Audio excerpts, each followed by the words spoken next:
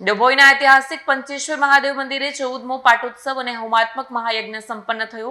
ભક્તોનું ઘોડાપુર ઉમટી પડ્યું હતું.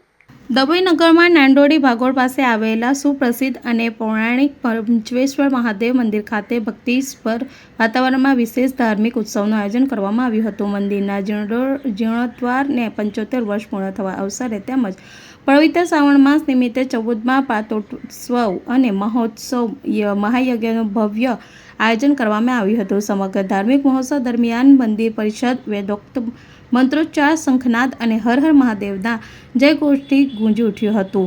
શાસ્ત્રોચ્ચાર વિધિ વિધાન અનુસાર ભૂદેવો દ્વારા હોમાત્મક મહાયજ્ઞ સંપન્ન કરવામાં આવ્યું હતું, જેમાં યજમાનોએ આહુતિ આપી વિશ્વ કલ્યાણની પ્રાર્થના કરી હતી. શ્રાવણ માસ નિમિત્તે વહેલી સવારથી જ પંચેશ્વર મહાદેવના દર્શન માટે શિવ ભક્તોની ભારે ભીડ જોવા મળી હતી. મોટી સંખ્યામાં શ્રદ્ધાળુઓ ઉપસ્થિત રહી મહાયજ્ઞનું દર્શન તેમજ મહાદેવની વિશેષ પૂજા અર્ચનાનો લાભ લીધો હતો અને ધન્યતા અનુભવી હતી. આ સમગ્ર ધાર્મિક ઉત્સવનું સુંદર અને સફળ આયોજન પંચેશ્વર મહાદેવ યુવક મંડળ દ્વારા કરવામાં આવ્યું હતું.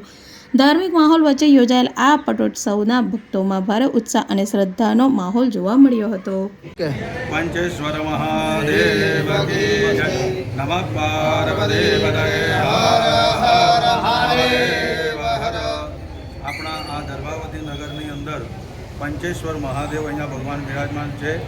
200 વર્ષ જૂનું આ ભગવાનનું મંદિર છે અને 75 વર્ષ થયા આ મંદિરને રિનોવેશન કરીએ. આજે ભગવાન શિવની આરાધના માટે હોમાત્મક લઘુરુદ્રનું આયોજન કરવામાં આવ્યું છે. આજે 14મો પાટોત્સવ છે ભગવાન શિવજીનો. તો ભગવાન શિવજીના ચરણોમાં આપણે પ્રાર્થના કરીએ કે સમસ્ત ભક્તોનું તમે કલ્યાણ કરો, એમની મનોકામના પૂર્ણ કરો, દરેકને સદા સર્વદા તમારા આશીર્વાદ વર્ષ્યા કરે એવી આપણે પ્રભુને પ્રાર્થના કરીએ છીએ. ભગવાન શિવ સૌનું કલ્યાણ કરે. બોલો પંચેશ્વર મહાદેવ કી જય.